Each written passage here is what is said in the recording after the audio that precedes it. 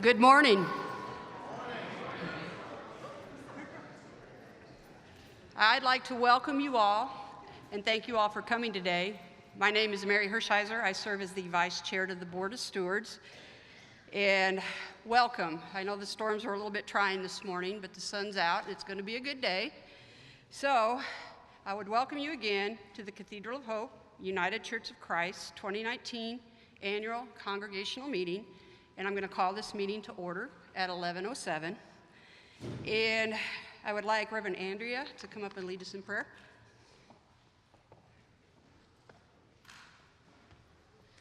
Will you join me in a moment of prayer? Holy and gracious God, here we are on this beautiful Saturday morning. We're so grateful to be in your presence as we come not to worship this day, but to do the work of the church. But Holy One, help us to remember that in doing your work, we are indeed worshiping you. We're giving you thanks for the ways in which you have equipped us to lead, the ways in which you have shown us how to love your church, to love it through good times and through hard times, to love it through those moments in which we are making decisions about the future of the church. So Holy One, bless this time together and fill each and every one of us with your Holy Spirit. And Holy One, I ask in this time of prayer for an opportunity to give thanks for all those who have committed their time to make this meeting happen, and all those who come this day prepared to serve, for those who have served as board of directors, who are committing themselves to serve, and all those who are, through prayerful consideration, making these votes happen.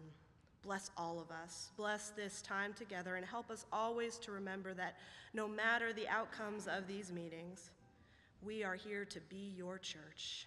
And God, we give thanks for an amazing church. So Holy One, I come to you in the name of the one who taught me to lead and teaches each and every one of us what it means to be bold disciples in your name, Jesus, who is the Christ. In this way I pray, amen. Thank you, Reverend Andrea. At this time, Witch Dudley, would you come up, our board secretary? And we'll go ahead and get the certification of the quorum.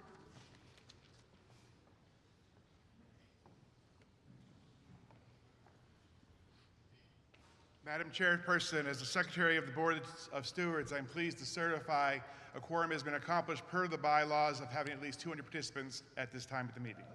Thank you.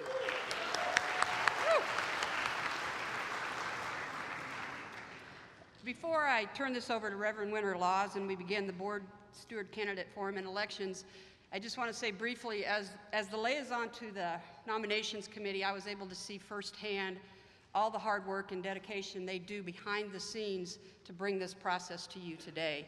So I'd like to just say a thank you on behalf of the Board of Stewards to Reverend Winter Laws, who is the chair of this committee, Anita Hattie, who does so much behind the scenes. She was the staff liaison, Keith Carlisle, George Muir, and Barb Nunn. If you give them a round of applause.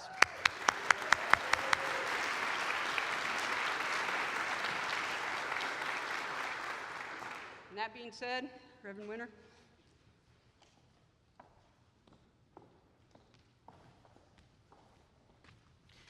Thank you, Mary. What Mary failed to actually mention is that she also is the board liaison for the nominations committee, and so we are grateful for her working with us to make this happen.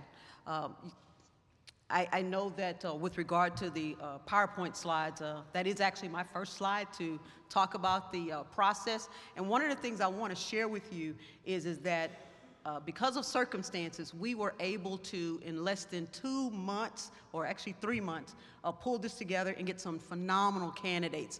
So, and it's all because of you, your encouragement and your support that we were able to pull this together and make it happen. So I want to thank you, all of you, for being here today, and for those that couldn't make it, for encouraging us and keeping us honest. So with that being said, we can actually move past my nominations committee process overview because we just kind of talked about it. One of the things I wanted to mention that's on that particular slide, it says no questions from the floor. In the past years, I guess a few years ago, you guys could raise your hand and say, hey, I want to come up and ask a question during the nominations committee portion of this. We are foregoing that. We changed it last year, actually, and we accepted questions at the meet and greets. And we used those questions that each one of the candidates got the opportunity to review and look at such that they can incorporate the answers into their speeches or summaries that they want to give. So I do want to make note of that because it's important. If you were here a few years ago, which we've changed it, and it's a much smoother process now. So if you could turn to the third slide. It says the first bullet is recruit applicants. And the recruiting applicants is not only done by the nominations committee, it's not only done by the Board of Stewards, it's also done by you. You guys have observed different people that are in leadership roles, and you have encouraged our candidates to submit their form and application, and we actually go through and we call it vet it. And we talk to them, give them information about the roles and responsibilities of the board, and they ask us questions back, which is good, right, to interface. And then we follow a schedule with milestones set by the Board of Stewards. Again, we started aggressively in January, and so the last 10 weeks has been busy, but very, very productive. Also stated that we work with each candidate to support them through the entire process, whether or not we send them emails, we talk to them at church, after church, sometimes in the wee hours of the night, something comes to them and they have questions. We, as a part of the nominations committee, literally support them through the process. If they submitted their application, they were called to run. It is not the nominations committee to say, no, you can't run unless you, there's only two scenarios where where a person cannot run. One of them is if they don't fit the leadership covenant. That's one scenario. There's different pieces around the leadership covenant. If you don't fit that, then we would say, but we were told them a long time ago. Then another scenario is that if you were a reverend or a clergy, there's some sides or scenarios there that people who are part of the clergy cannot be on the Board of Stewards. And so that is actually in the bylaws and the procedures of the church. So it's almost time to count the votes at the congregational meeting. So since we have a quorum today, there's a scenario where we on the nominations committee and a couple of other people will, after you submit your votes, we will go to the back room and we'll count the votes. We have a documented process. We look at all kinds of things. We actually triple check the numbers so we can make sure that we don't have ties. If we have ties, then we have to enact another process. But at this point, in recent years, we haven't had to have one. I think it's been several years ago that we had to have a runoff. So please don't leave until we make the announcement around who has been elected to the board.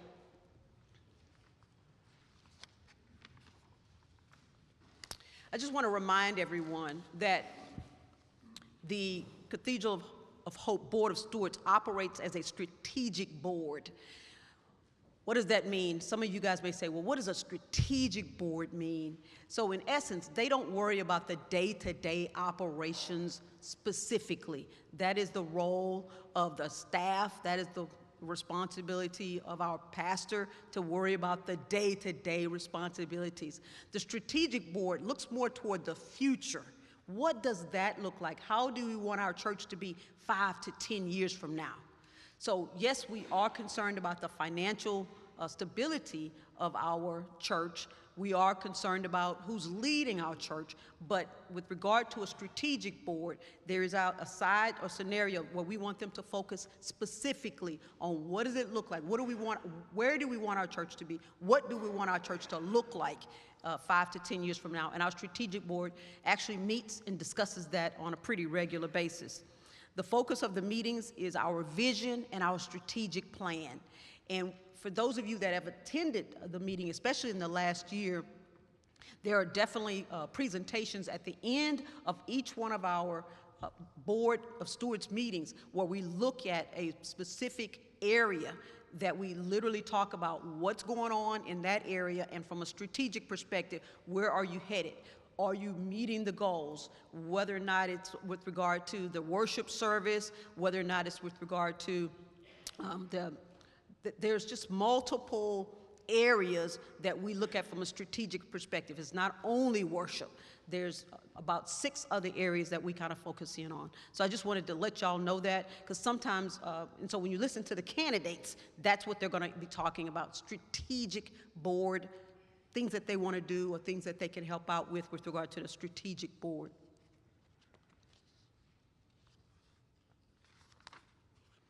So for the questions that were submitted,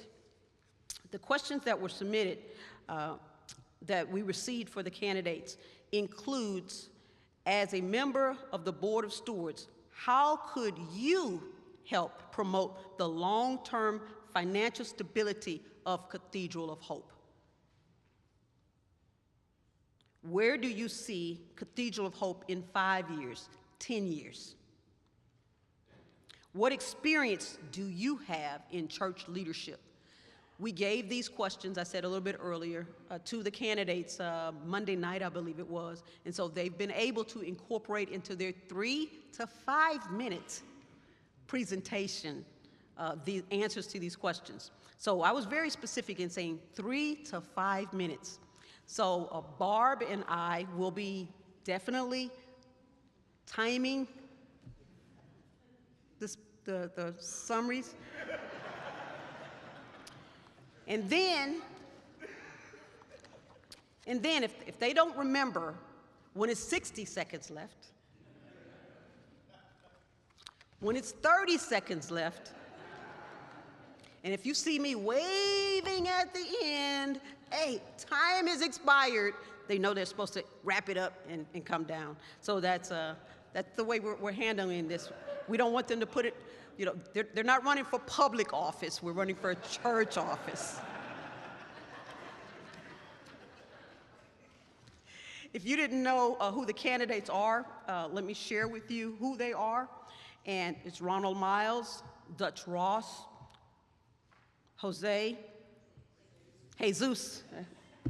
Jesus Lopez, Dana Goodenow, Roger Poindexter. Right before the meeting, we had a scenario where they actually drew a number, a alphabet, A, B, C, D, E, so we could determine how they could, what order they would present themselves. So what we're doing, we drew those numbers, and if you want to write it down, you can, but this is the order. A for Dutch. She's going to go first. Jesus will be the second person. Dana will be the third. Ronald will be the fourth. And Roger will be the fifth.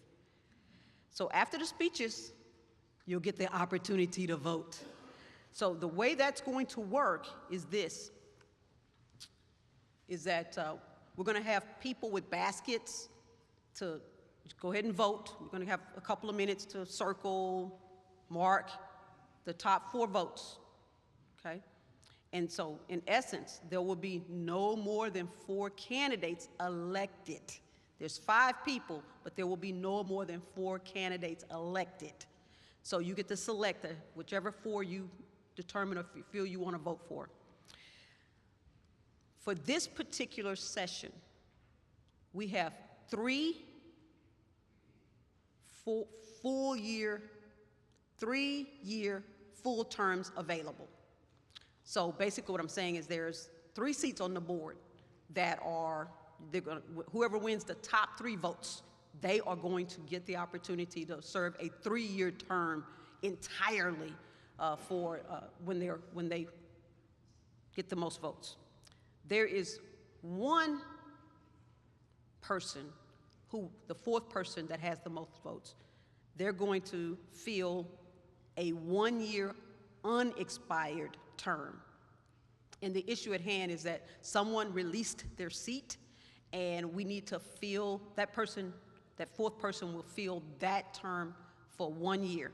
Basically, what that means is that next year, they will have the opportunity to run again, to participate. So they get the opportunity to do it twice within 12 months. So the top 4 people will be elected to the board. The 5th person, no matter who wins, and I just want to say this, the experience is valued and valuable. I know when I ran several years ago, I didn't win, so I never thought I would be actually on the board. But in essence, the way it worked out, somebody had to move or they left the board, and I was actually the first person they called because I was the next person that had the most votes, and so I actually got to fill their unexpired term. And so I was appreciative of it. So what I want to say again is thank you to the candidates for running, and I also want to say if you don't get the most votes, don't be surprised. There's also always an opportunity that you could serve in some capacity with regard to the board, as well as there are multiple other options here at the church where your leadership will be valued and you can still contribute if you don't get the opportunity to fill the top 4 spots. So thank you for running. So with that being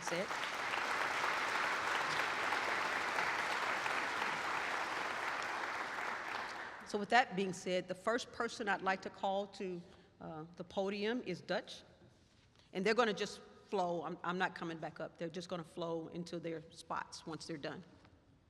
Oh, I'm sorry. And one more thing. They're going to actually come here and sit on the stage, and you can sit in the order of your name. So Dutch. Thank you.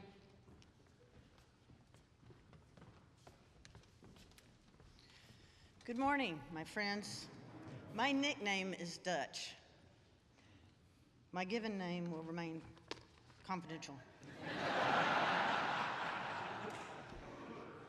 Right after the first of this year, I started talking to God about taking the next step in my faith journey.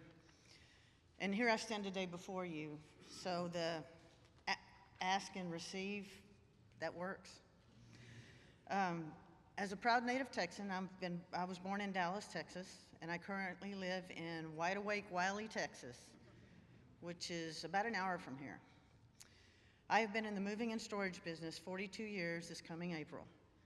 I started out driving over the road cross-country for 15 years with North American Van Lines. From there, I went into management and am now a senior national account coordinator for Nelson Westerberg Atlas Van Lines. I'm experienced in working with corporations and individuals, assisting with their moving budgets for local moves, intrastate moves, interstate moves, and international moves, and finding cost-cutting ways to help extend those budgets. I also have experience in contract compliance and conflict resolution.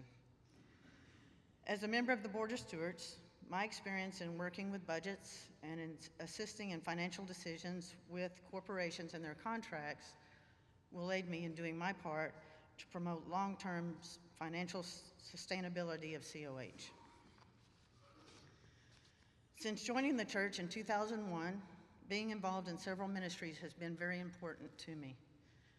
Early on, I became involved in the telephone ministry, calling members that had not been to church in a while, checking on their well-being, and gently reminding them they remain a constant in our church family, and we would love to see them.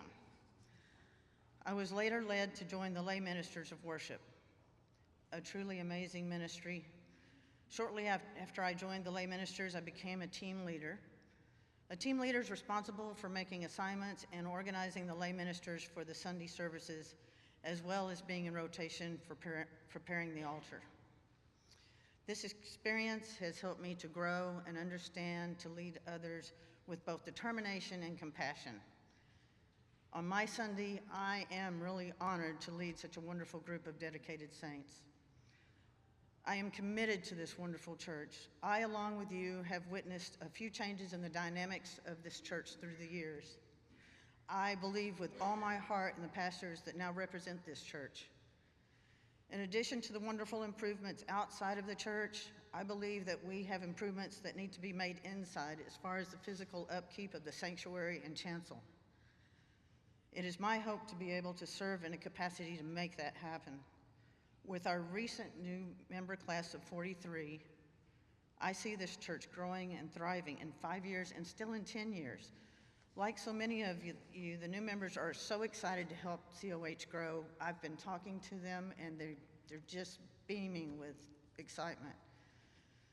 They want COH to be a church of the future. As Marianne Williamson once said, we are all meant to shine as children do. We were born to make manifest the glory of God that is within us. It is not just in some of us, it is in everyone. And as we let our own light shine, we unconsciously give other people permission to do the same. As we are liberated from our own fear, our presence automatically liberates others. I celebrate each Sunday I am here, and I have the honor of serving you all with the lay ministers. I am committed to you. We are all empowered to share our gifts, to become ministers to the world we live in. I thank you for being here today and would be grateful for your vote.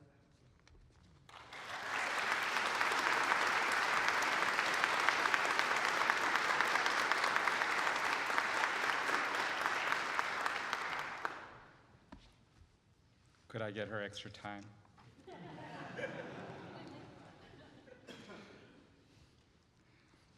Good morning, Cathedral of Hope. My name is Jesus Salvador Lopez, which if you translate literally, it's Jesus Savior. And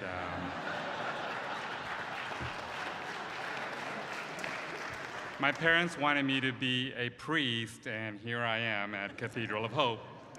I live in Fort Worth. I was born and raised in Del Rio, Texas, which is a small border town on the border with Mexico, but it is in Texas. I received a master's degree, master's in business administration from Texas Women's University. My partner, Jaime, and I have been together for almost 28 years. Professionally, he is a registered nurse and is currently supervising the clinical medical surgical floor at Baylor Scott & White in Fort Worth. He is a graduate of Baylor University and holds a Master of Nursing, and we have two beautiful fur babies, Sparkler and Pugsley, and they are both pugs. Professionally, I am an adjunct instructor with Tarrant County Junior College. I teach English as a second language. I've been with the City of Arlington for almost 17 years. I manage the homeless programs there, and also the housing voucher program, which is known as Section 8.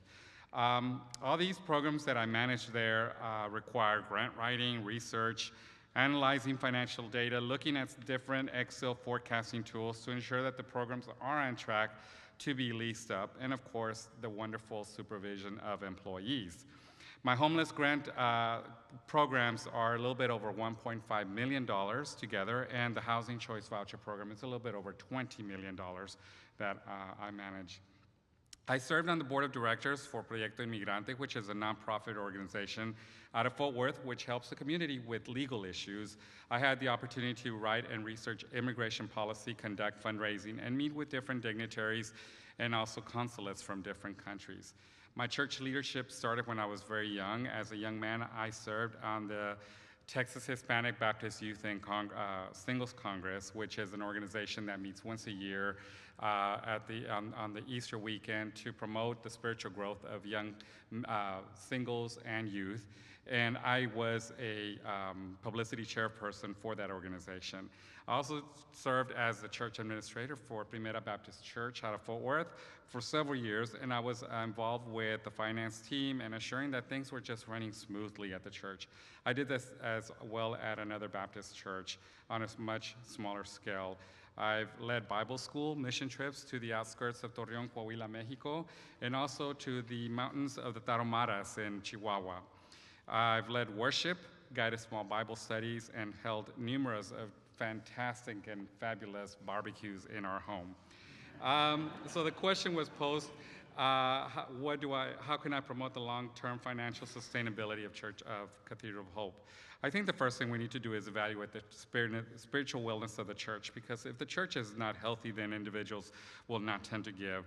And we can do this by several ways: town hall meetings, surveys, and also face-to-face individuals, just to really know the needs of the church. We need to find out what drives individuals to give. Is it the pretty place that we see, or is it the social services that we do? And this can be also a conversation that can be taking place with the ministers and the board of stewards.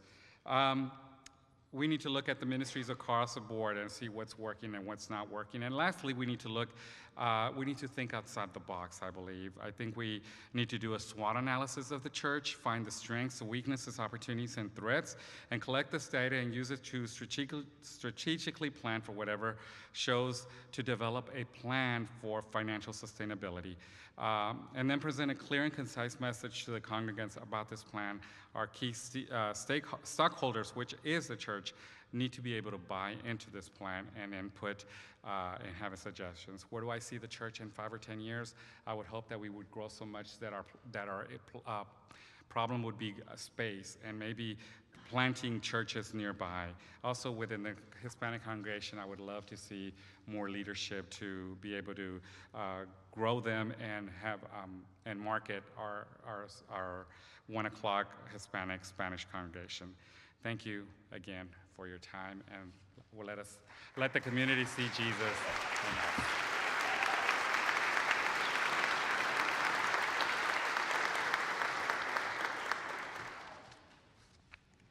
Good morning. First, I'd like to thank you all for your attendance today. It is our participation and our voice in this church that creates a strong community. It is vital that we are all in. My name is Dana Goodnow. My wife Lisa and I joined the church in May of 2017. Relatively speaking, we are still newbies, but it certainly does not feel that way.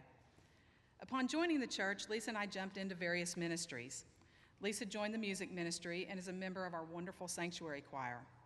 I began working with the new member ministry as a table guide and have since taken on a leadership role in that ministry as the table guide lead, where I coordinate and assist the guides for each class.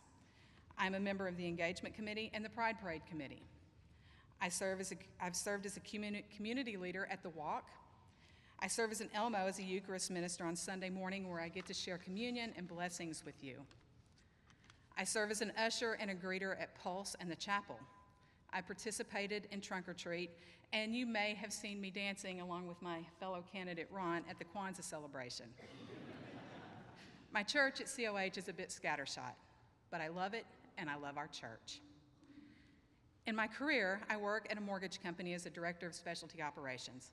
I lead a team of about 30 people who handle everything from processing mail to managing the file room to working with county offices across the United States.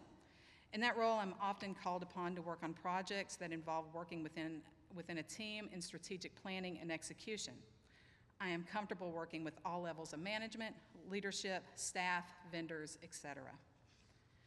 I've been involved in a number of service projects, such as organizing food drives for the North Texas Food Bank, fundraising for Hillcrest Animal Rescue, and collaborating with the Boys and Girls Club to deliver Thanksgiving food baskets and provide Christmas for families in need.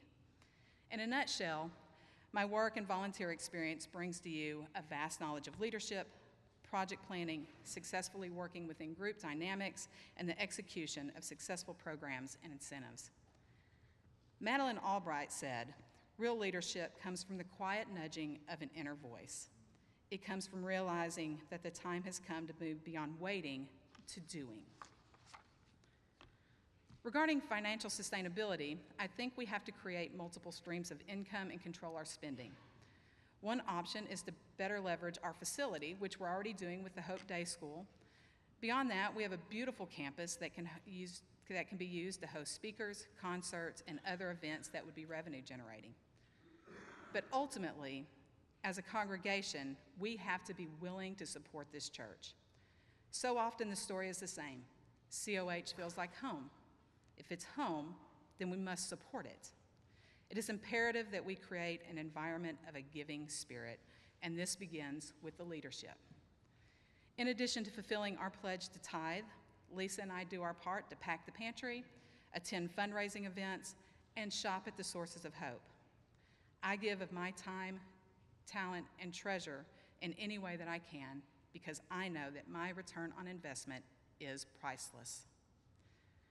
As a member of the board, having a balanced budget would be of high importance for me.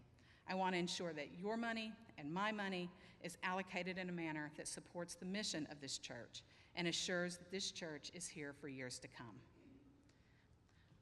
When I look at the future of this church, I believe the church is poised to remain influential in the spiritual growth of the congregation, to continue to be a visible champion for the marginalized, and to be an advocate for equality and acceptance both within the church and in the community. I see the launch of small groups taking root and growing vibrant communities. I see the young adults continue to be visible leaders and breathe life and energy into this church. I see our transgender council continuing to advocate for equality. I see our families growing. I see legacy continuing to remind us of our history as they connect us to our future. I see the plaza completed that will welcome all of us into this place that we call hope. In closing, I would like to say it would be my honor to serve you and serve our church as a member of the Board of Stewards. Thank you.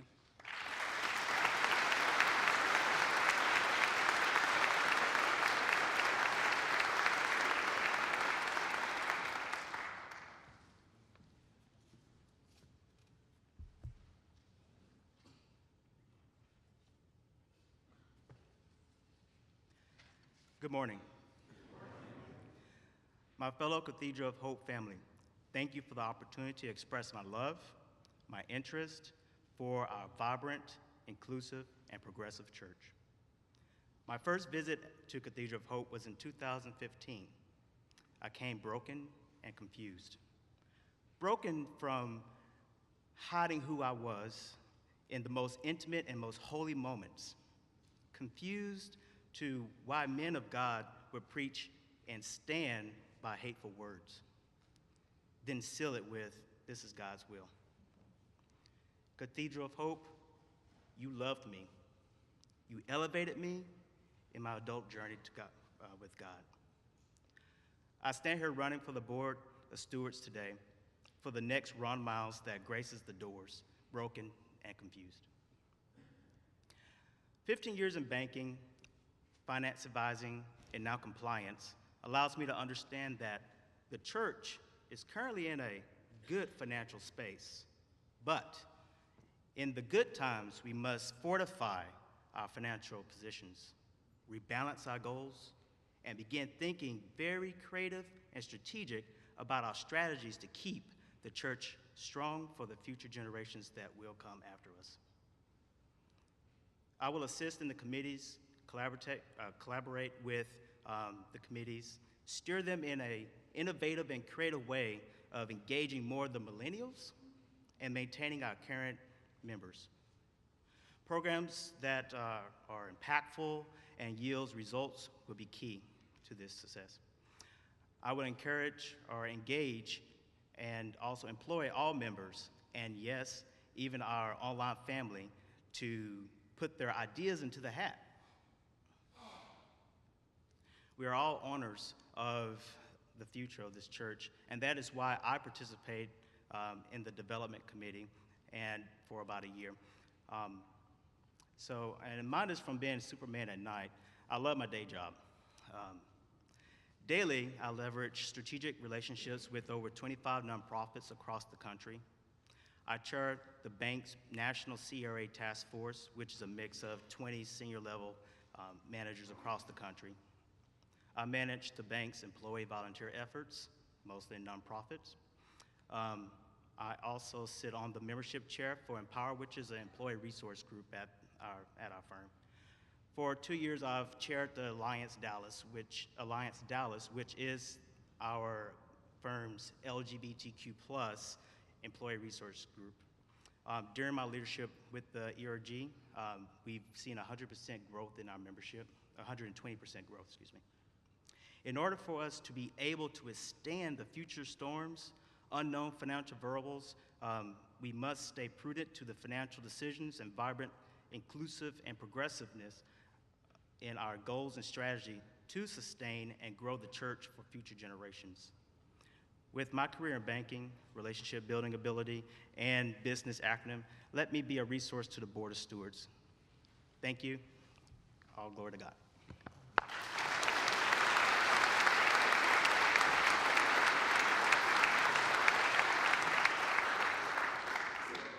Good morning. I thought I'd try to get up here before the applause stopped to at least make me feel like you were applauding me. I'm a little different from everybody else here because I didn't go quite as much into my background because I've been serving on the board for a while now. As you can see by my bio, I've been with the Cathedral of Hope since 2000. And when I joined this, I started serving as an usher, a circle leader, a member of the Advancement or Development Committee, and I served on the Ministry Advisory Council.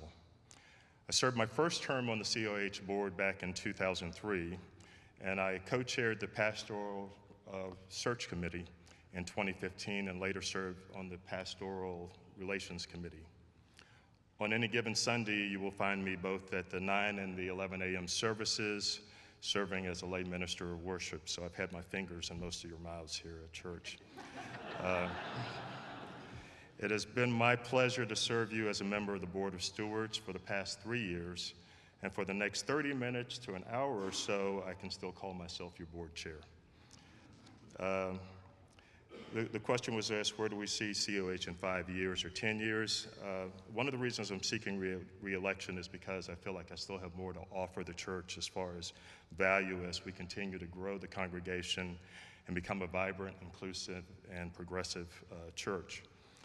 During the next 5 years, I see our membership growing. As you've seen in recent weeks, our membership classes have been rather large. So our Wednesday night Pulse service, our 10 a.m. chapel service, and our 1 p.m. Spanish service are all growing consistently, and we want to continue to build on that. I would also expect to see some of the families that have their children enrolled in the Hope Day School become members of this congregation, and this will significantly change the look of the congregation as we invite more families into the congregation. In the next 5 years, I would expect the church to complete our master plan for the campus. I think for me personally, I'm getting tired of having dust all over my car as I drive into the parking lot, so I would love to see the parking lot finished and the plaza all completed.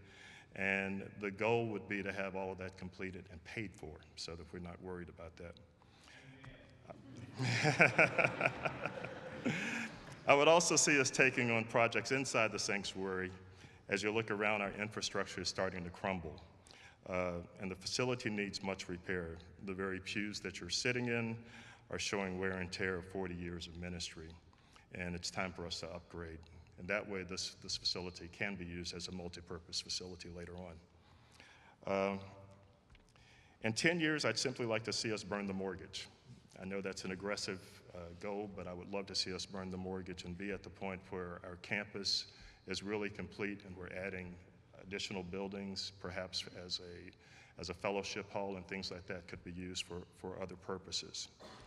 Financially, the church is in a good place. But you've seen giving decline over the years, and as board members, we have the fiduciary responsibility of making sure we live within our means. And this year, we actually reduced the budget for the church because financially, from the giving that was planned, we had to lower our expectations from that standpoint. Any financial advisor would tell you that you need to diversify your portfolio, and I think that the board has taken steps to make this happen. Adding Hope Day School gives us an additional revenue stream outside of the offering plate. I would fully expect Dallas Hope Charities to be 100% funding our outreach ministries within the next 5 years. But this doesn't take away the responsibility of you as members to the church. As congregants, we still need to give. We need to continue to foster the spirit of generosity that Patsy talks about in our membership classes. Approximately 50% of the people that attend on Sundays don't contribute a single dollar to our offering plate. The reality is many of us tip valets when we go to Sunday brunch more than we put in the offering plate on Sundays. As we change the mindset of those that join the church and what it means to be a disciple, the church will be able to thrive in the future. I would simply ask that you allow me to continue my work and vote for me as you cast your ballots today. Thank you.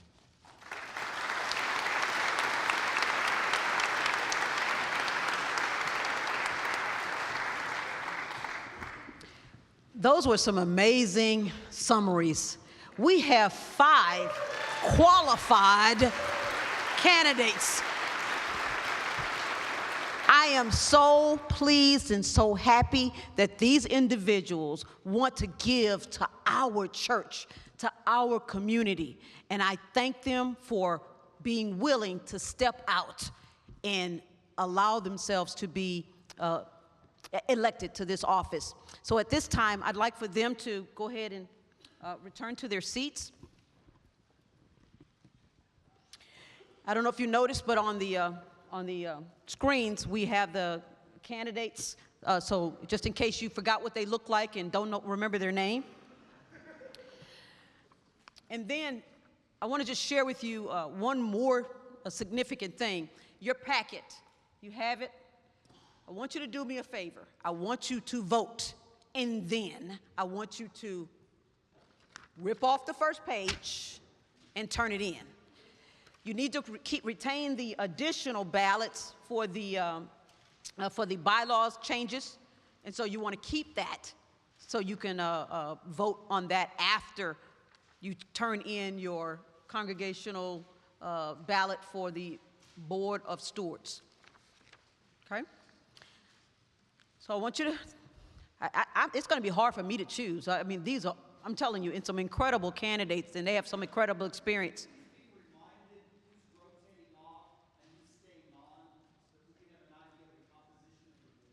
Okay. I don't know the answer to that question.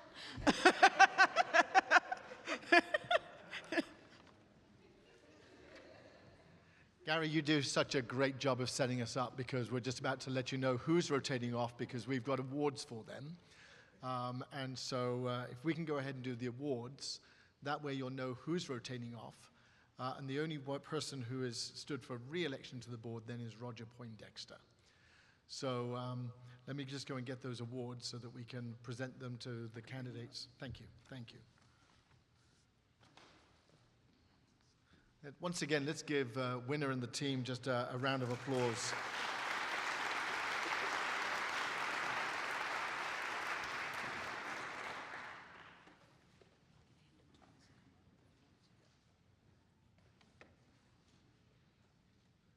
Let's start with the person who is up for re-election, Roger Poindexter. Let's say thank you for his service to the board.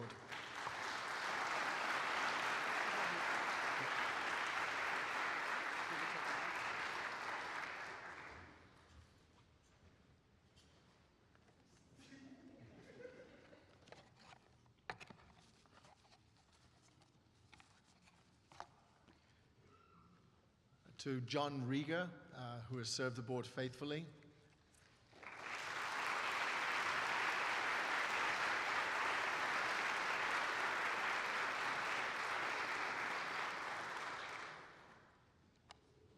I'm looking around. Is Bev McRae? Bev, come on, Bev. You've done a great job in this last year. Thank you.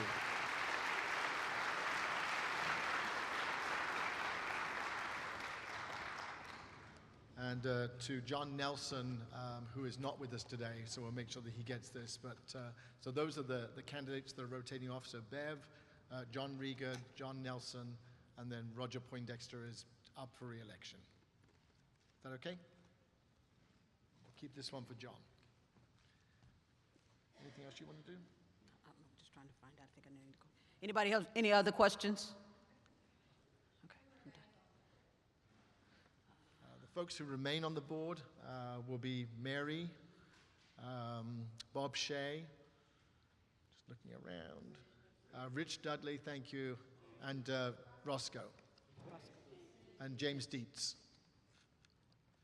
Thank you. That's a lot of names to remember. Okay. So at this point, vote remember to tear off the front and then pass it to the ends so that they can collect the ballots with the chosen names. Thank you.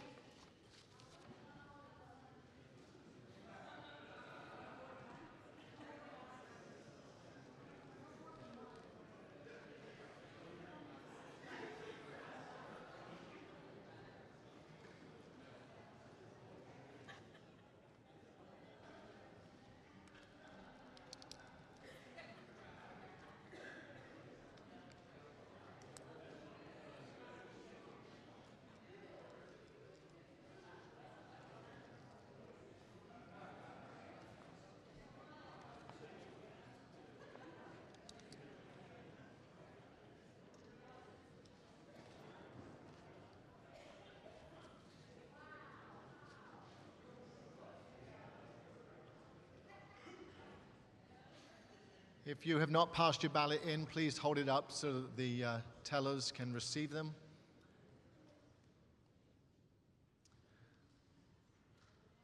We'll let our counters go off, and whilst they're doing that, we're going to continue with our meeting. I'm going to ask Scott Cannon, our church accountant, to come and present us with our financial report.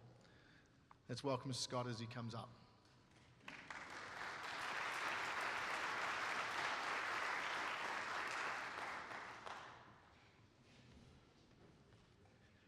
I know you're all really interested in this part of the report, right?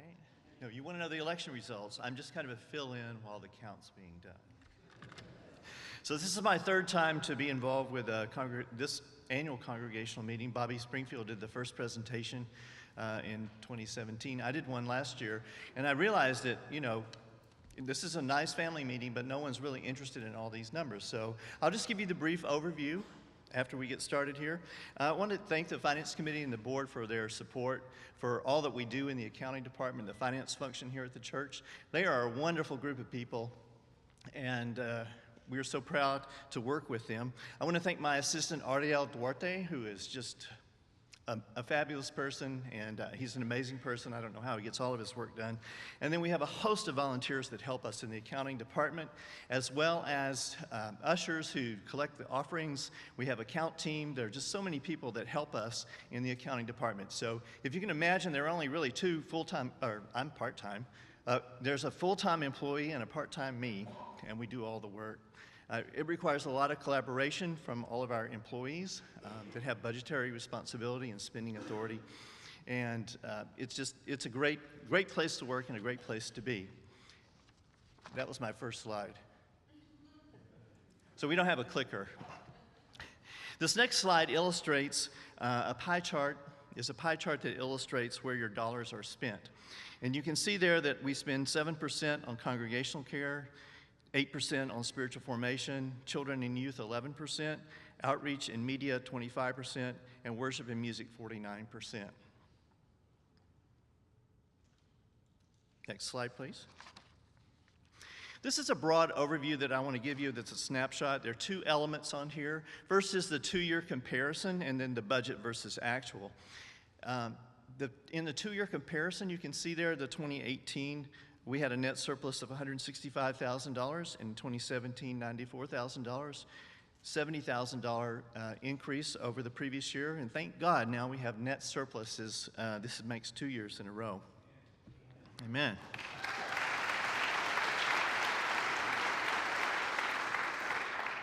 In the budget, did I say next slide?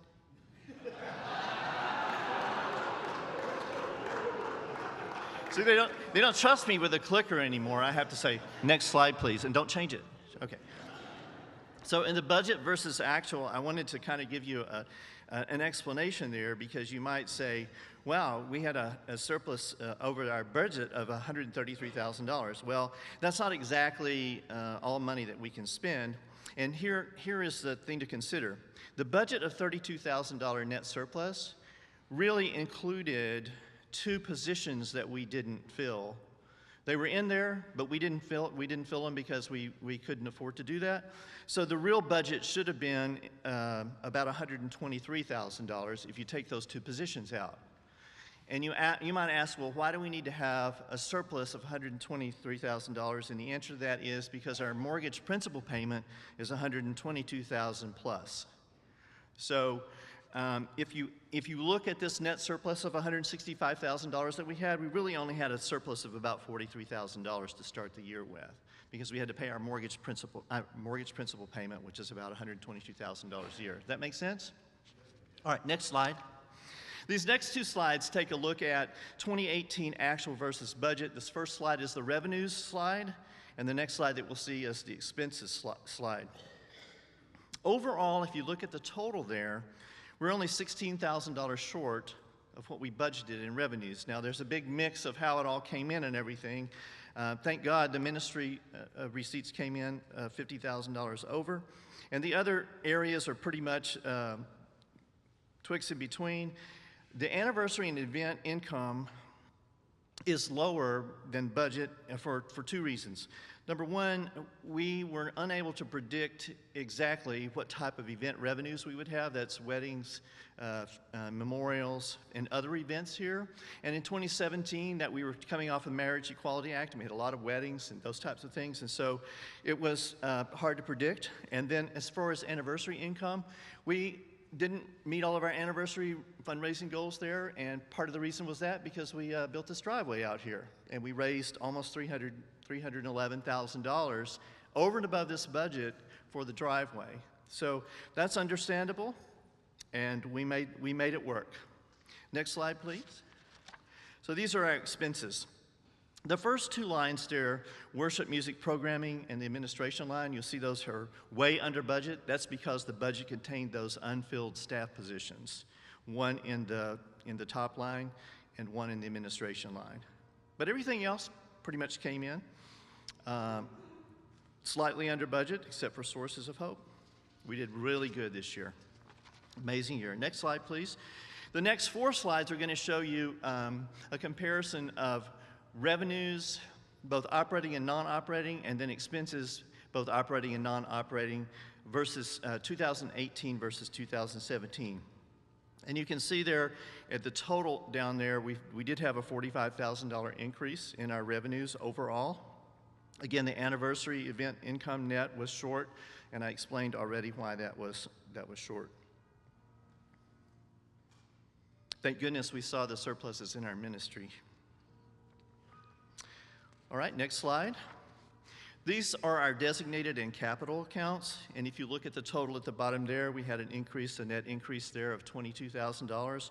These all come in different varieties of ways. Clearly in 2017, on the top line there, bequests and people that made contributions to our endowment fund was significantly more than what we received in 2018. We just didn't have people that expired and left us money. That's really hard to predict, isn't it? And then the next line down, outreach, Bach, Eye Care, AIDS Crisis, and other outreach programs was down $47,000. We have Dallas Hope Charities was in full swing, and we had a lot of people that contributed directly to Dallas Hope Charities rather than contributing to Cathedral of Hope, which we passed those contributions through to Dallas Hope Charities. The capital projects, as I mentioned before, we raised about $311,000. Through pledges and people that gave and fulfilled their pledges. And you can see the increases in the other areas there. So 2018 was a year of increase. Next slide, please. These next two slides are going to compare operating expenses and non-operating expenses. And you can see pretty much we were under our expenses, and that's what helped us achieve our good net surplus.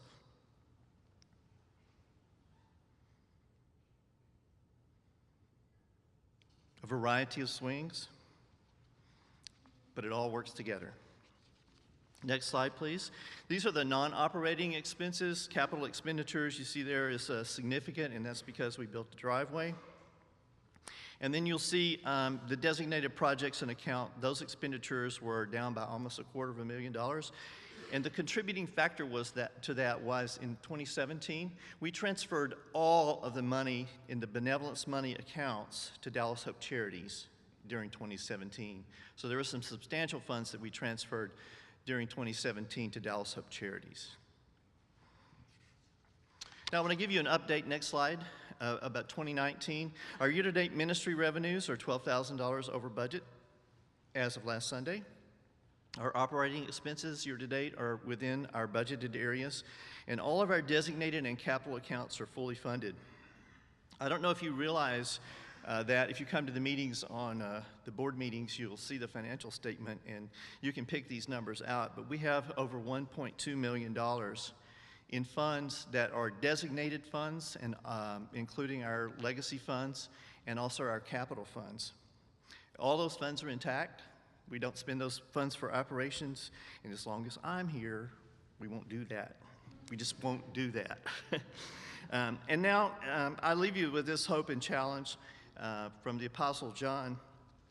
He wrote in John, well, he didn't write it in John 3, but that's where it's recorded. It says, "Dear friend, I pray that you may enjoy good health and that all may go well with you, even as your soul is getting along well." There's nothing more appealing to the Christian life, to the walk with Christ, than Christ's desire for us to experience the abundant life. And I would challenge you during this period of Lent season, while we're encouraged to measure ourselves and look at ourselves and to take a moment for self-examination, that we look at the financial side of our life in that examination process. And I call your attention to Malachi's message from God, from the mouth of God. He says, "Will a mere mortal rob God, yet you rob me?" And the people probably went, What? We've robbed God? And they asked, "How are we robbing you?" And the message from Malachi says, "In your tithes and offerings, bring the whole tithe into the storehouse, that there may be food in my house, and test me, if I won't open the windows of heaven and pour out a blessing so large you cannot contain it." And back then, the blessings were agricultural. And in the first part of this, it says, you're a nation who has robbed me, and you're under a curse. And it says, "And see if I will not throw open the floodgates of heaven and pour out a blessing so big you cannot contain it." And he went further to say, this is from the mouth of God through the prophet Malachi, "I will prevent pests from devouring your crops, and the vines in your fields will not drop their fruit before it is ripe, says the Lord Almighty." I want to live in that blessing. I want you to live in that blessing. I want you to experience the abundance. So take this time in Lent to examine where you are in your generosity and in your relationship with God. Thank you.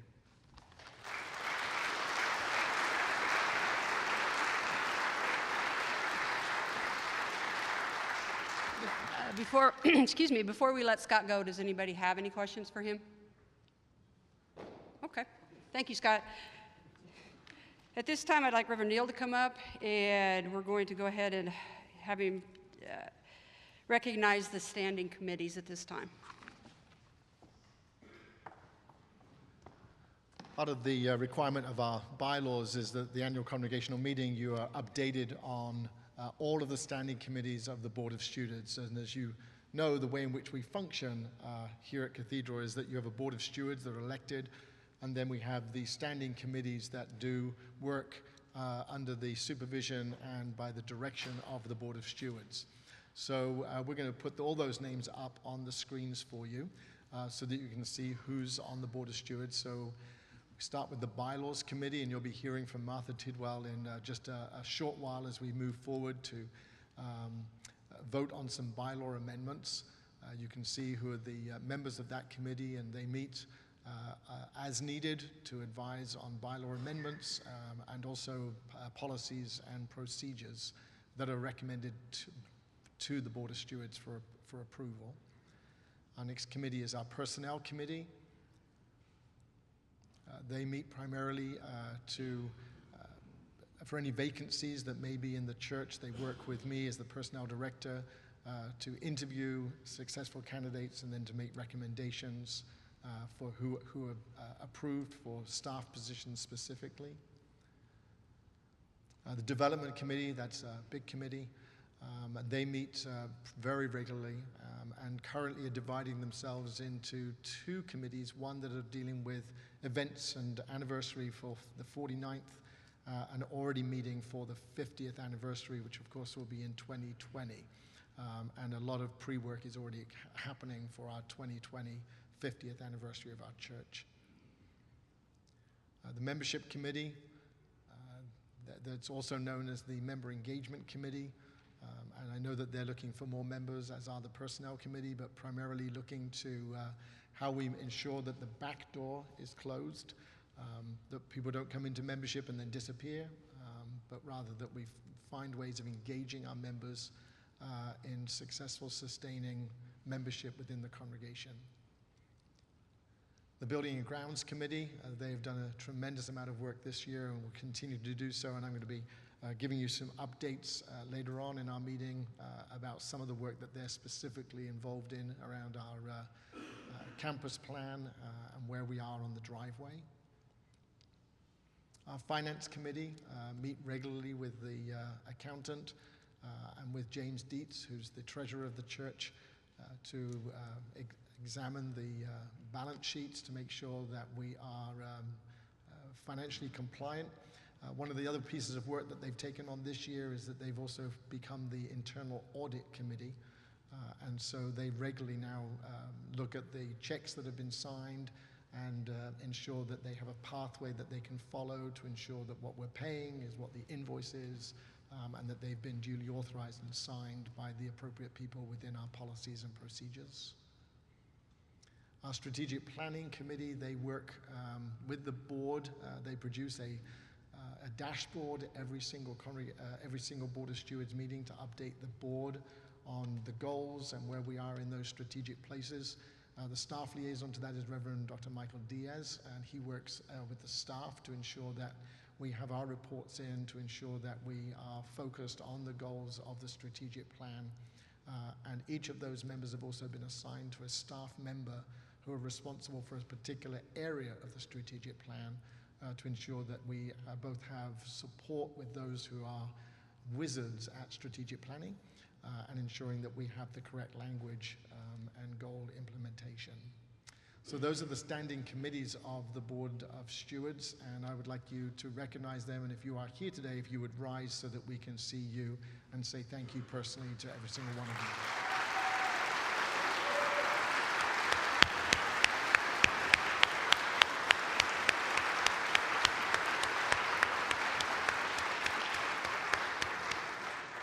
With that, we're going to move on to our bylaw amendments and to the vote on the bylaw amendments, as I don't see any white smoke coming out of the back yet. Or as Cathedral of Hope, we try to find pink smoke every now and again. Martha, if you would like to come forward and to present our bylaws committee recommendations for bylaw amendments, and then obviously ultimately the vote on those bylaw amendments. Let's thank the bylaw committee and Martha specifically as she comes and joins us.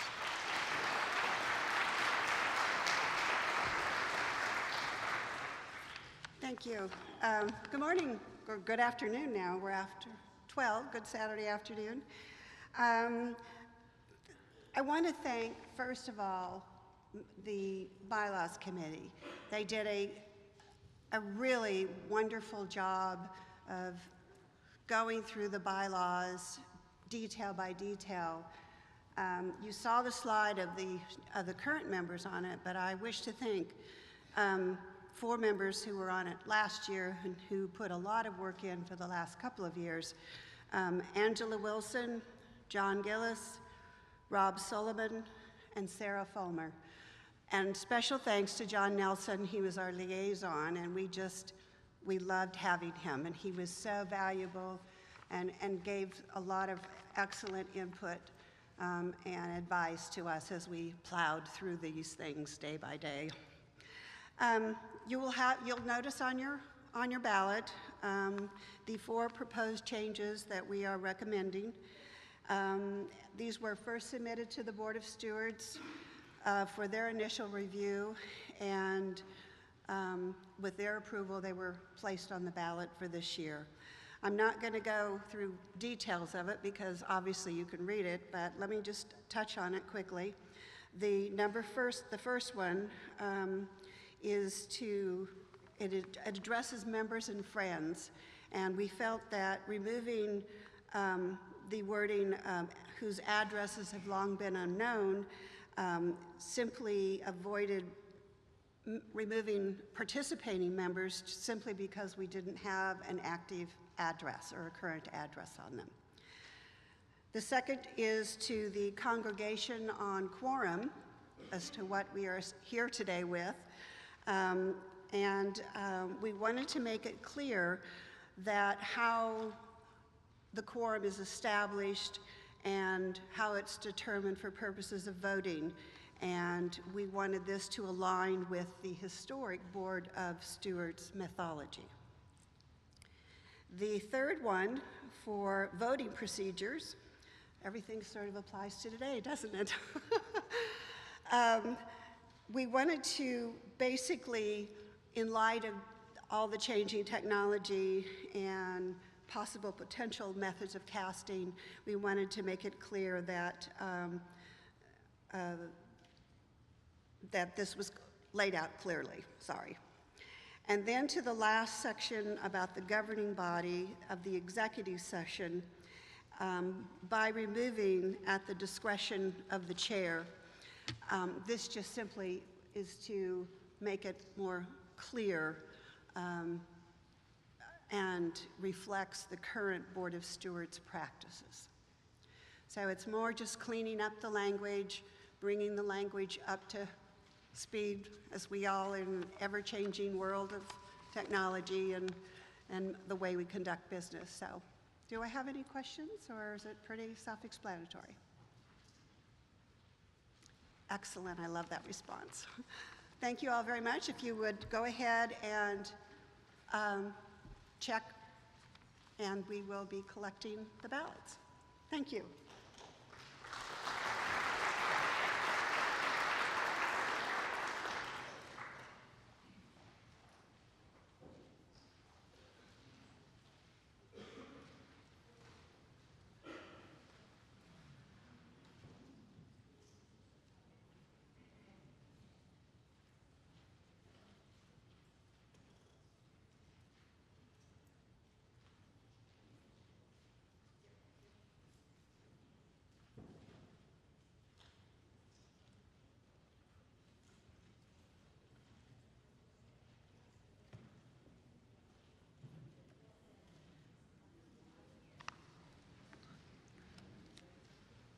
If you go ahead and pass your ballots to the center aisles, that would be helpful.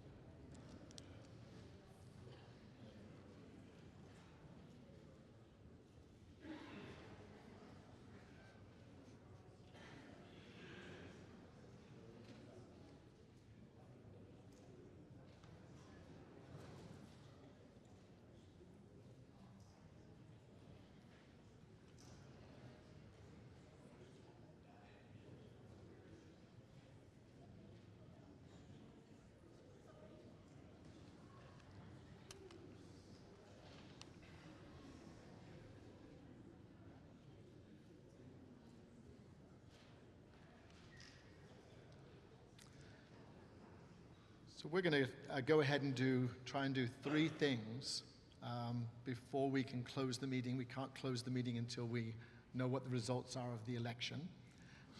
In case we have to do a runoff, we have to have the meeting still open in order to do that.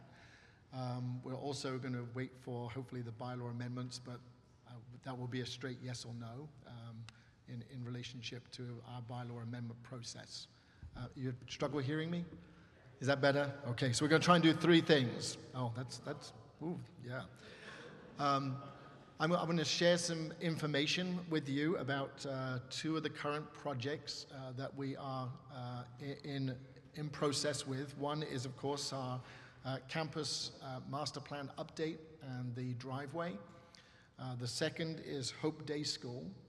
And then we're going to open for questions and answers. And hopefully, by the time we've done all that, we'll have a result on the election. Does that sound good? Okay, so let me update you first of all on the entryway and the plaza. As Scott Cannon already alluded to, we've raised in pledges and in financial giving approximately $311,000 in 2017, and pledges are still being fulfilled in 2018 for the new driveway project. When the master plan was first created, the Mesa, who was our consultant, gave us figures for how much this work was going to cost. And so we raised enough money for the new entryway in relationship to what the budgeted allowances were from Mesa, who is our consultant company. And we were able to complete phase 1A, which is, of course, the monument and the driveway onto the campus, as well as with funds from a federal grant for security measures, we're able to map out what the new plaza would look like.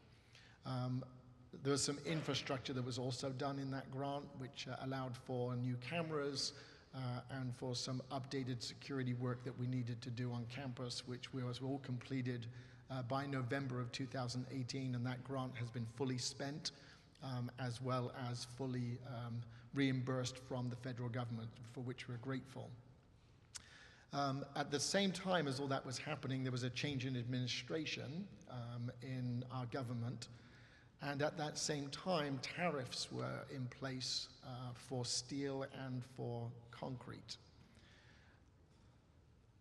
When we went to bid for phase 1B, which was the connecting road from the opening of Nash across the back of the IPC to bring in the connecting road to the back of what we lovingly call the Ford lot, but is not the Ford lot, it's the Cathedral of Hope lot that Ford used during the week.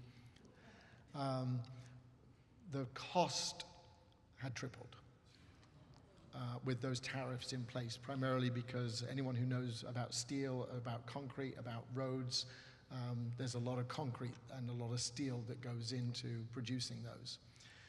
And so the decision was, at that point, that we would stop with phase 1B for now, not spend any of the money that's in the account for phase 1B. It's in a designated account, and both Scott and I have absolutely 100% fully committed that any money that's in designated accounts does not get spent on operations, that we would stop doing any further construction on the connecting road until there was a shift in the cost.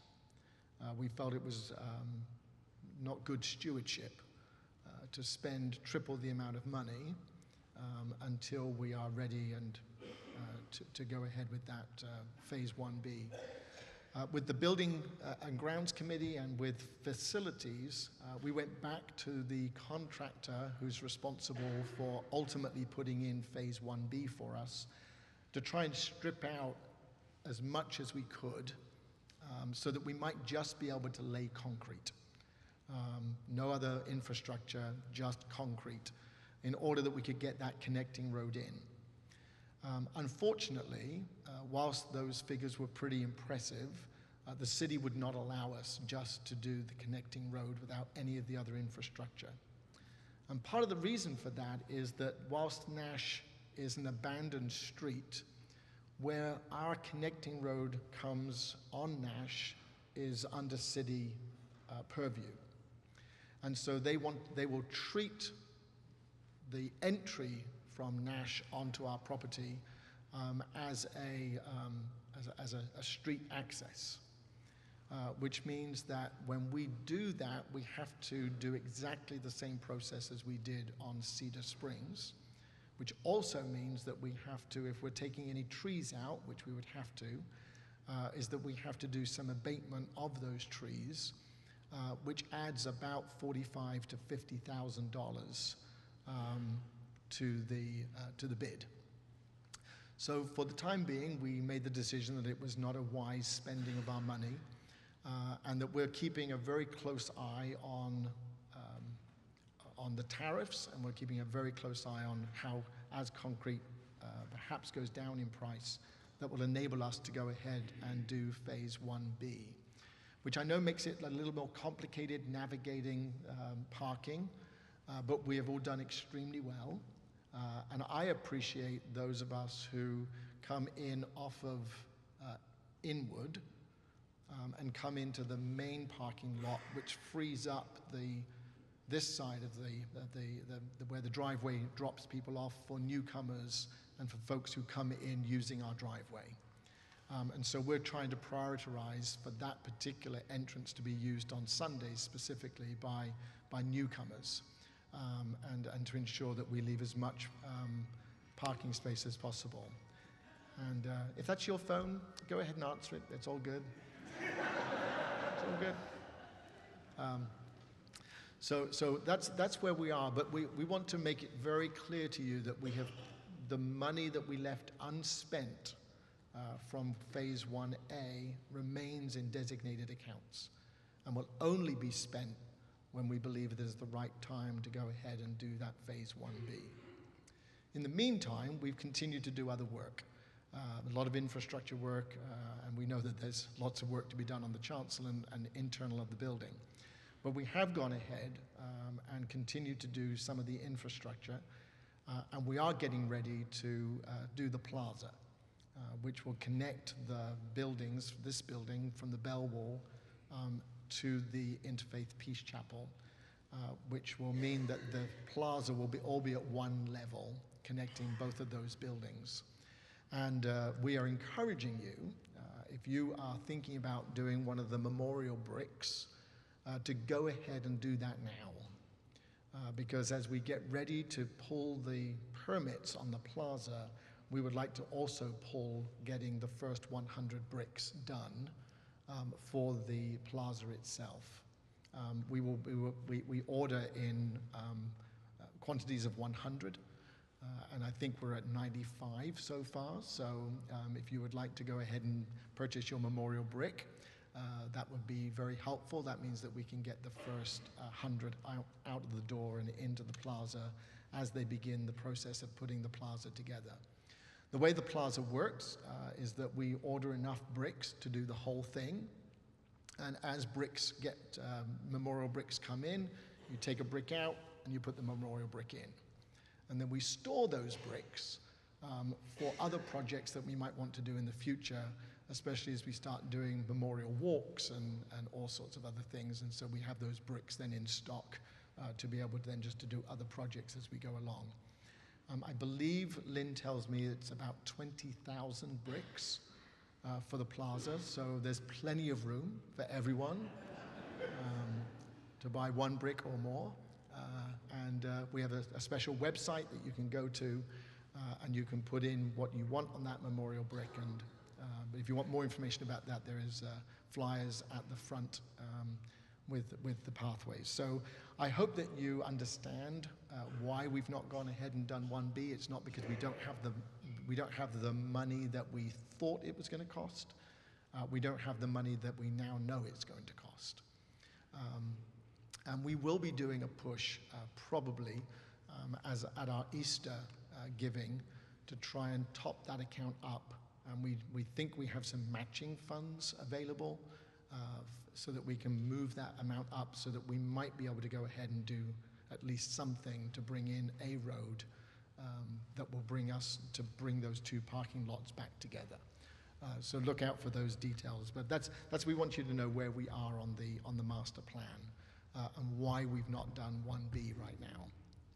That does not mean it's not going to happen. It is going to happen. It just will be done when we feel it's right to expedite and to spend a little bit more money in accordance with where we are on the tariffs that were introduced by our government. So that's where we are with the entryway and the plaza. We're also grateful to the estate of Gwyn Taylor, Tim's mom, and we're very delighted to let you know that the new plaza will be called the Gwyn Taylor Peace Plaza.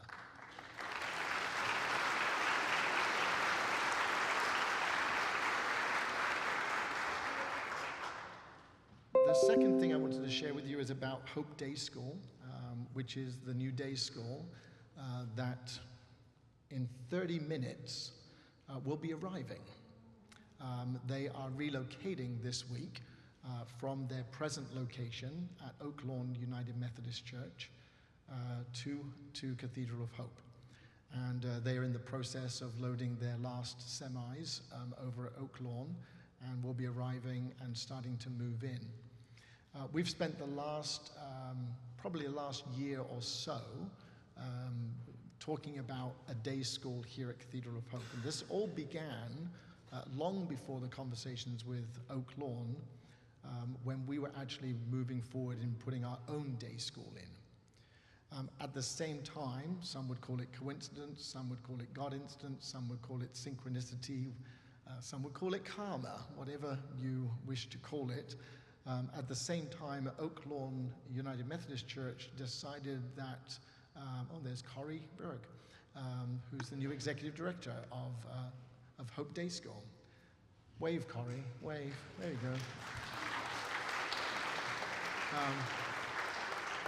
So at the same time that we were looking at putting in our own day school, Oak Lawn decided that a day school was no longer a part of their mission and gave the school a 1-year notice to cease, to basically close the school down.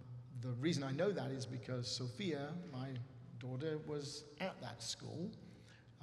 And so we began conversations under the board's approval to explore what it might look like to basically take the school that was closing and to reopen it here at Cathedral of Hope. And we entered into those negotiations. We opened escrow in order to make this process happen. I want to express my appreciation to Dwight Carmichael, who's the church's lawyer, who worked with Oak Lawn's lawyers to ensure that we had a merger document that not only spelled out the way that this happened, but what happens after Hope Day School arrives here on Monday. And throughout those negotiations, which have actually been pretty smooth, have ensured that the Cathedral of Hope is protected in that process. So the process basically is that we opened a new 501c3 that is separate from the church to protect the church from its liabilities. We opened a new 501c3 called Hope Day School that is the school of Cathedral of Hope. And that Hope Day School will be a legal entity with its own board of directors and will be managed by an executive director and will have the purview of a new board. But that Hope Day School will basically be a revenue income to Cathedral of Hope.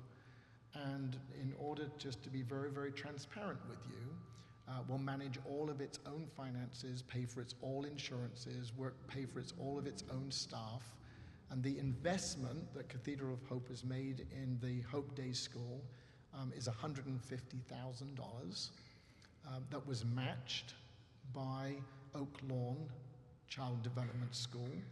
So we have spent a total of $300,000 on refitting the whole of that back area And if you've not been back there, I can't encourage you to go back there today, but you will in the next couple of weeks see a video that will show you what that day school looks like.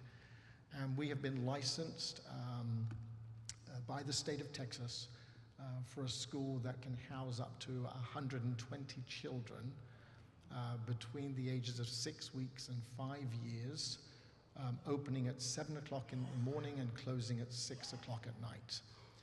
We'll have a budget of about $1.1 million that will be managed by Hope Day School and by its new board of directors. And in the next 2 months of the transition plan, Oak Lawn Child Development will cease to be a legal entity, and Hope Day School will be the new legal entity of a school that will be financially contributing and will be an asset to the ministry and work of Cathedral of Hope United Church of Christ. And I think you should be extremely proud to know that we're opening a day school here in a congregation that for many, many years, many of us, especially those of us identify as gay men, never believed that we would have a place where we could welcome children so freely and openly amongst us because of the ways in which so many people thought pedophilia and homosexuality were intrinsically linked. So I just want to say thank you for bearing with us. I want to say thank you to our youth and children's ministries who have been displaced for the last few months, but who have graciously and lovingly allowed that space to be recreated. And to both Oak Lawn and to Corey Berg and to Michelle Drange, who has been our project manager, to Dwight, who's been our legal entity, and the Board of Stewards who have allowed me to navigate this process through. So as of the Monday after spring break, the atmosphere around here is going to be very, very different. We have 85 children enrolled already for the start date.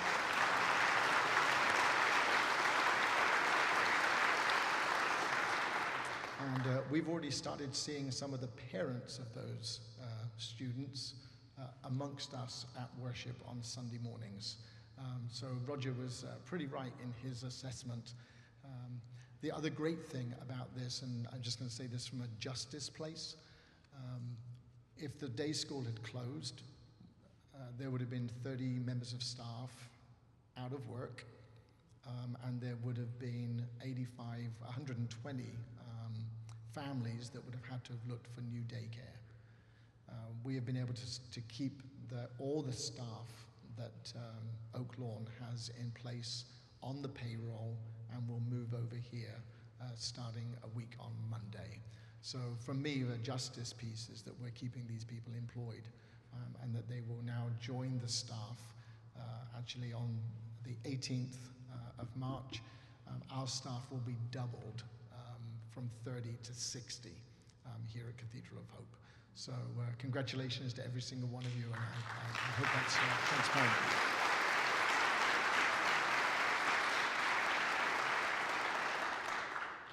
I still don't see any white smoke from the back.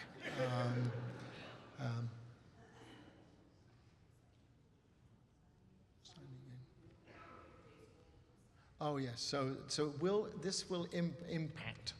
Yes, this will impact us a little bit. So during the work days, folks who come to Cathedral, specifically during business hours, including the staff, will have to sign in at the front door.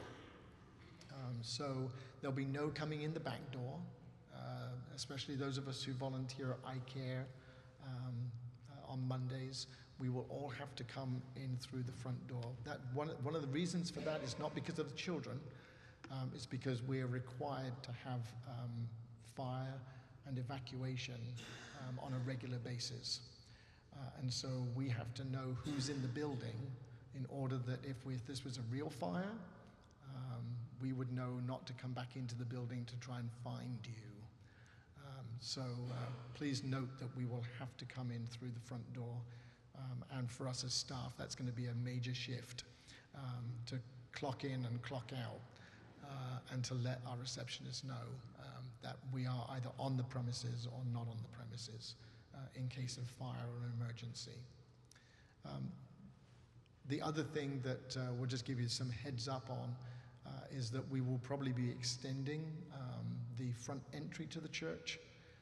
At the moment, you come in underneath the bell wall, and then there is a space, and then there's a set of doors, and then there's another space and another set of doors. We are planning to move the front set of doors, the first set of doors, to the bell wall itself, and move our reception area into the center of the reception, that lobby area. That means that the receptionist will be able to see much, much more clearly any activity that's happening out in the parking lot. It also means that on a Sunday, we'll be able to use that area as a connect center specifically for our first-time guests, and ensuring that they know how to navigate the building on a Sunday. So those are some of the things that are coming up. We're going to move to a period of questions and answers, and so if you have any questions or observations or comments, we have 2 mics that are set up at the front. Please feel free to come up and line up at the mics, and we'll try to answer as many questions as we can. This is a Congregational church. Our being here today says that we are invested in the congregation, and we try to be and want to be, promise to be as transparent as we possibly can be, provided that we're not bound by any other rules or laws that say that we can't, especially around personnel. So, okay, good, no questions, no.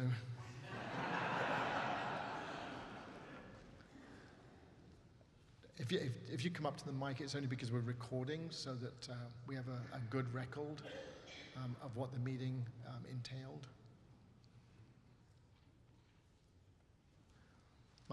Michael, could you do me a favor and see how close we are to a vote? I'd appreciate it, thank you. My name is Lynn Zoolander. Can you talk a little bit about the housing for young people that I've heard rumors about? Yep. So as you know, one of the other 501c3s that we set up was Dallas Hope Charities. And Dallas Hope Charities was set up, we've heard a lot today about diversifying our revenues and ensuring that we have multiple places of revenue input. Dallas Hope Charities was a 501c3 that I asked the board to set up in order that we could move all of our outreach ministries to Dallas Hope Charities. One of the reasons for that is that we then are able to write grants and applications to foundations that won't fund churches, no matter how good their benevolence work is, but will fund secular 501c3s. And so that was set up. And do you have an election? They have 3, they need about 15 more minutes. Okay, we'll just keep talking. We're good. I'm not used to that. Yeah, you might want to take a potty break. One of the projects that Dallas Hope Charities wanted to do was to do some transitional housing for homeless youth. And part of that came up because the city recently did a, what do they call it? They put it on the ballot and to set aside some money to homelessness. A bond, thank you. Did a bond for homelessness that will mature in 2020 to set aside money for homelessness in Dallas. And because there is a national statistic that says that of youth, that would be anything from 16 to 24, that of the youth on the street between the ages of 16 and 24, 40% of those youth identify somewhere on the LGBT spectrum. And many of those youth are displaced because of religious bigotry or religious bias. And in order for us to compete for that money, we have to have a proven record that we can provide housing for LGBT youth. And so the board of Dallas Hope Charities decided to begin a small project that would be transitional housing in Dallas for currently 2 LGBT youth. Now, that adds to the 4 beds that are provided by Promise House. So we now provide with Promise House transitional housing for up to 18 months. This is not shelter, this is transitional housing for 6 LGBT youth here in the Dallas, knowing that 40% of those who are on the streets who identify as youth identify as LGBT. But we then have a track record that when there is a grant-making request, that Dallas Hope Charities could request for more funding and for funding for ultimately emergency shelter. That's not what we're providing transitional housing. And we've currently had 4 transgender youth that have gone through this project. 2 currently living at the residence in Lower Greenville. We have caseworkers and managers, and it's all done very professionally. We've successfully moved 2 transgender youth out into the community with work and with getting their GED together and making sure that they're set up for success. And Dallas Hope Charities now have 2 other transgender youth who are living in that property right now. It is a separate 501c3, it is separately managed, but it is a project, it is the outreach arm of Cathedral of Hope United Church of Christ. Does that answer your question? Thank you. Are we planning to coordinate with any other congregations for Lent this year, like we did with Wilshire Baptist, perhaps with Wilshire Baptist again? Yep. So I approached Wilshire Baptist and said, would you like to do Holy Week again this year together? And I think they were very envious of how we did Holy Week here at Cathedral of Hope. I'm joking. They had actually decided that they wanted just to do Maundy Thursday, but they're letting their congregation know that they're welcome here on Good Friday, but there won't be the same way that we did. Royal Lane Baptist Church, however, will probably join us for Good Friday this year. I know what it is with our Baptists, but they just love us. My name's Aurelie. So I want to talk about young adults. I mean, that's a big thing for me. So we do all this fundraising for the youth, to go on mission trips. Is there anything in the future for young adults to go on mission trips? That's one of the things that I was wondering. Yep. So we have a youth budget that goes through the youth department, and youth go through exactly the same budget process as all the other departments of the church. And so you would need to make sure that as we go through the cycle for 2020 budget, that any youth mission work that you want to do and a young adult mission work that you want to do gets on to the budget cycle, and we can make sure that you know how that works. Now, if you're raising money yourself, right now, we're more than happy to put that into some designated fund so that you have funds available to do the mission work that you want to do.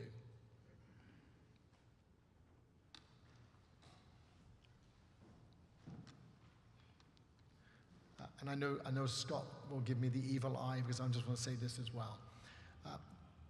We do not want people just designating their money. You know that lots of people like to designate money, but there's no value to the Cathedral of Hope to designate money to projects and not have enough money to run the church. So we always tell people, we love it when you designate money, but it should be over and above the general operational budget of the church. So I'm just going to say that as a caveat.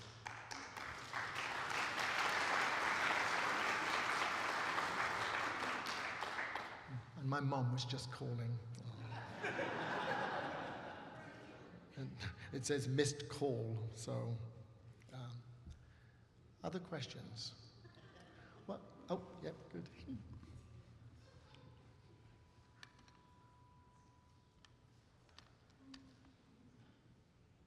Part of me is hesitant to bring this up, but I've witnessed a couple of bumps recently with our security on Sundays, and so I know that we're all probably a little concerned about security, and I know that there are a lot of things put in place that maybe we don't all know about, but if you could address that. So, yes, thank you. Thank you. Great question. So many of you probably have noticed that we've had some bumps in our security plan here at the congregation recently, which resulted in us changing security companies.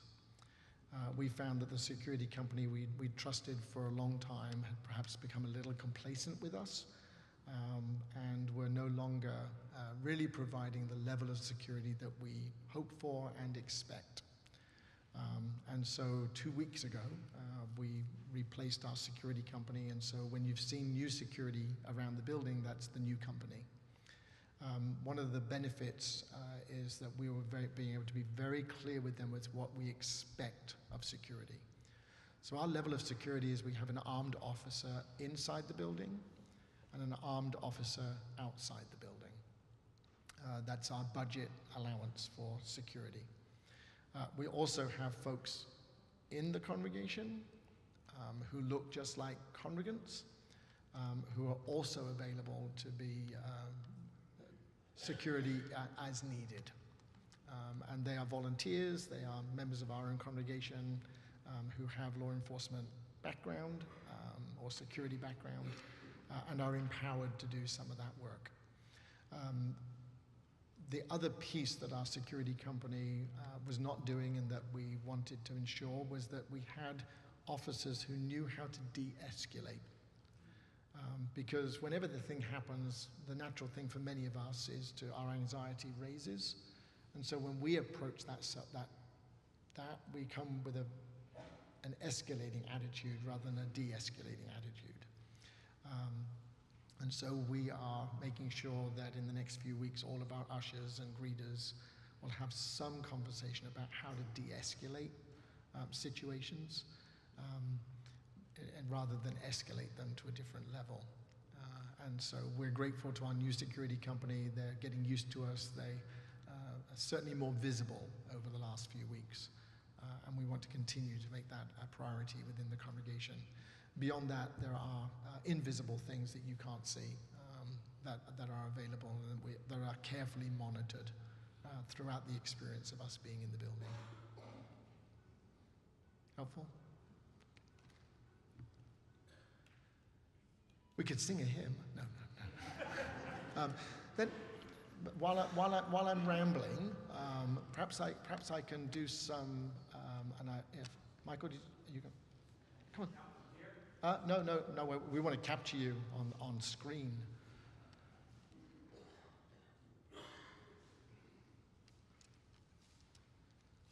Regarding the change in street, has the city indicated if there's any opportunity to request a variance and allow us to take a different approach in how we construct that crossover with Nash?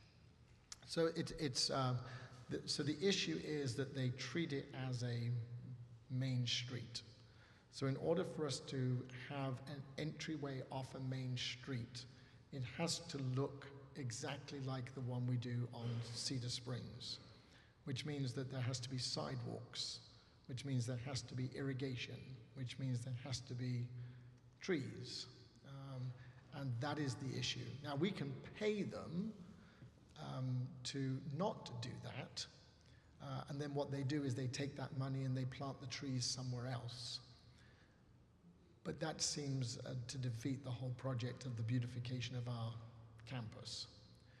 And so there is not a variance that we can pull. We can defer some of the work because we get up to, I think, 2 years to complete on a permit. But we don't want to start the work and know that we can't finish it within a 2-year period. Otherwise, the permit isn't valid because you have to close the permit before the time is up. Otherwise, you're out of compliance.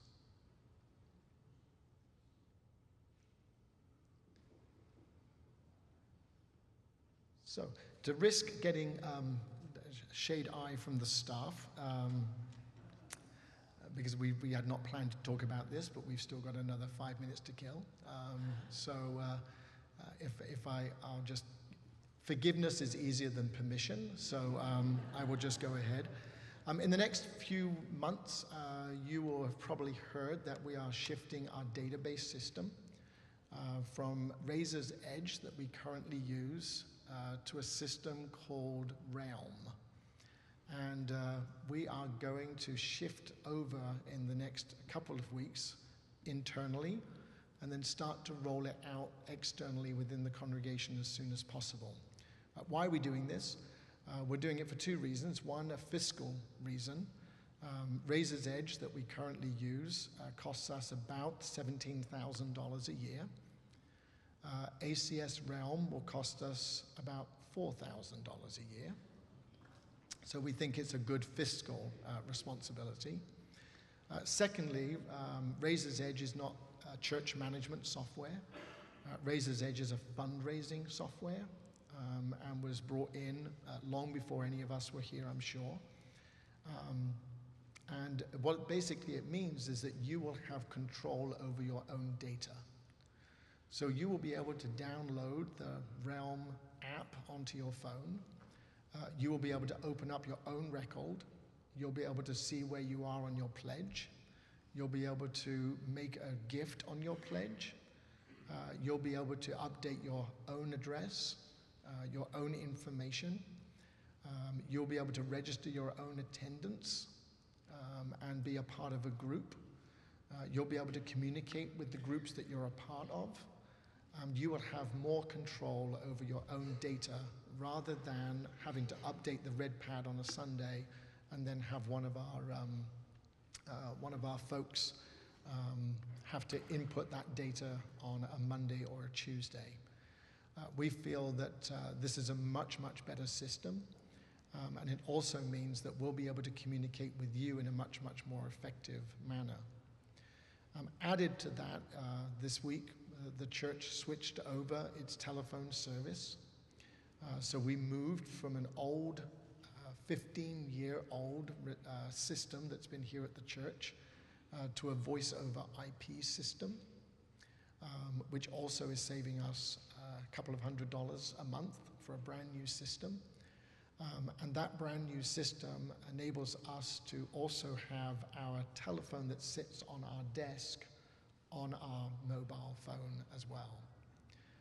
And so if I'm off-site and somebody needs to get hold of me because I don't give my personal cell phone number out for maybe non-obvious reasons, it does mean that if I'm on work, you will be able to contact me by dialing my extension number wherever I am around the city. And that goes for all of the staff. We'll be much, much more contactable and communicable rather than having to leave a voicemail. Now, if you do leave a voicemail, the system will then send that voicemail to our email. So no matter where we are, we'll be able to respond much, much quicker to voicemails that are left for us at the church. So we are bringing some 21st century technology into our congregation. What that means, though, is in the next month or so, we will have tables set up where we're going to ask you to come and download the app onto your phone if you wish to, help you navigate what that looks like, and then ask you to check that the data that has been transferred from Razor's Edge into Realm is correct. If any of you have ever done any data merging software times, you will know that sometimes it does some very, very strange things. And I think Patsy realized that she had 3 children that she'd never had before. So we want to give you more control over your data. So watch out, the Board of Stewards will be working with us on getting those details up to date and to ensure that what's on your record is what's on your record and not somebody else's information. And that will keep us, it means we can do things in real time rather than having to wait until we get round to data entry folks. And Paul has done an amazing job.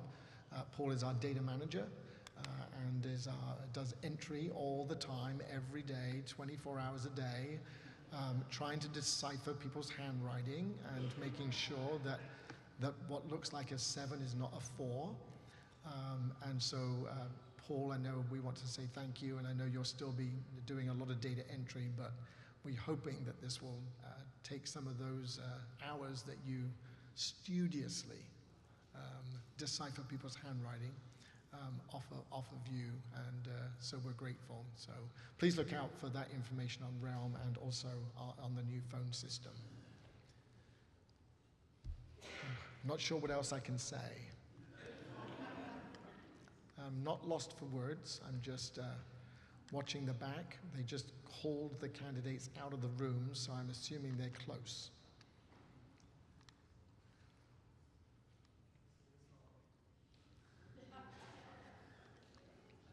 No, I need a vodka first.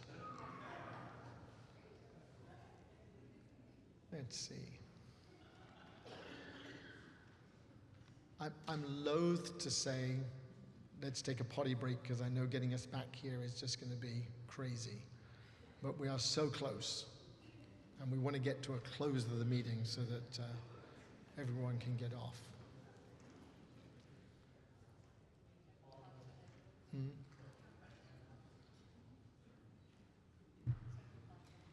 What's that? Oh yeah, don't forget, clocks go forward tonight. Yeah, we don't want you arriving late for church tomorrow, because a congregational meeting is not a Sunday obligation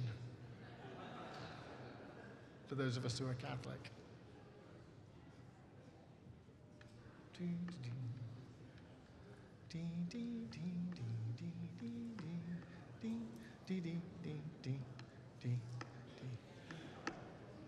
Yes, sir. Oh, thank you. A question. The little fenced area at the front is the new playground.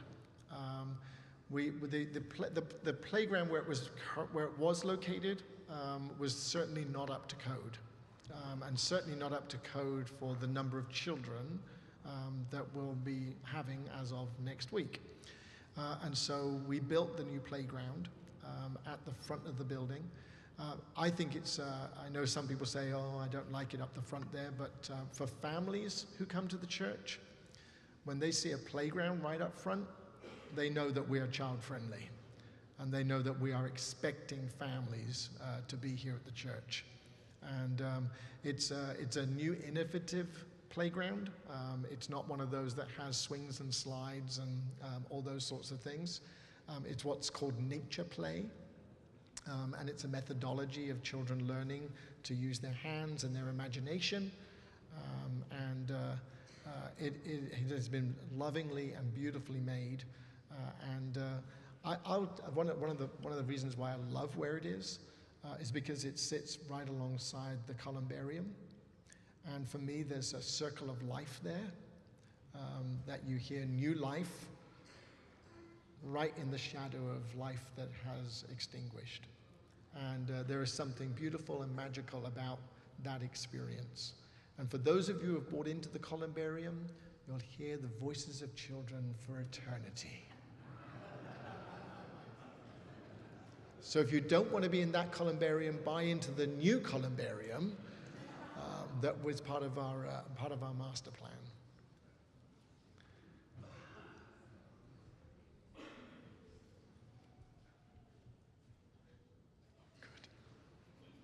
Thank you. So, my oldest daughter is the 5th generation of my family to be baptized in the Methodist Church. And I was very disheartened with what the Methodist Church recently did.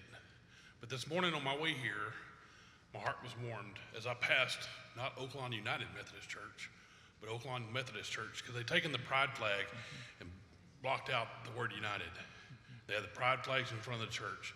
They stand with us. Yes, so that's great. Yes, they do. Yes, they do. Yeah.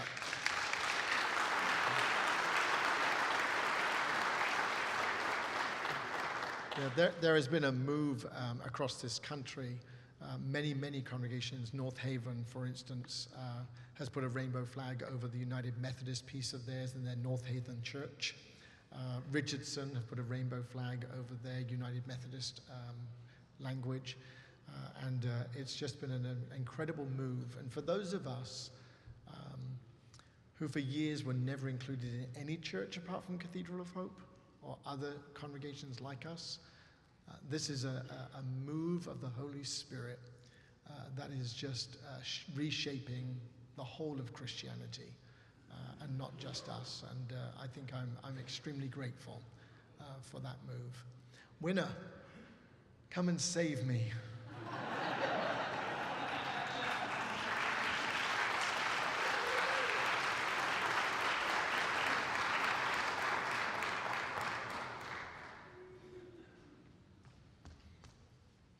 Sounds like our pastor had to do a little tap dancing, huh? Well, first and foremost, I want to say that it was a very, very close race, and all of them deserve another round of applause.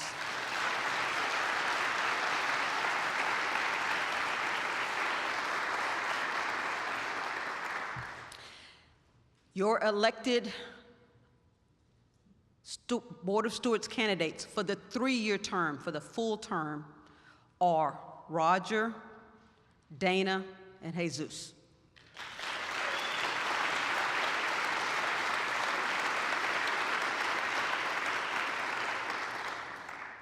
Dutch will serve in the 1-year expired term position.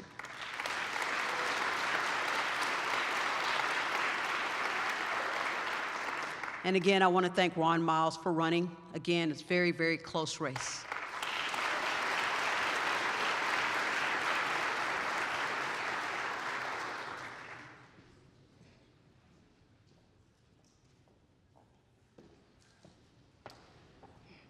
Okay, I'm going to go ahead and thank you again for all coming today, and we are officially going to close this meeting at this time. Y'all have a great rest of your day. Thank you all.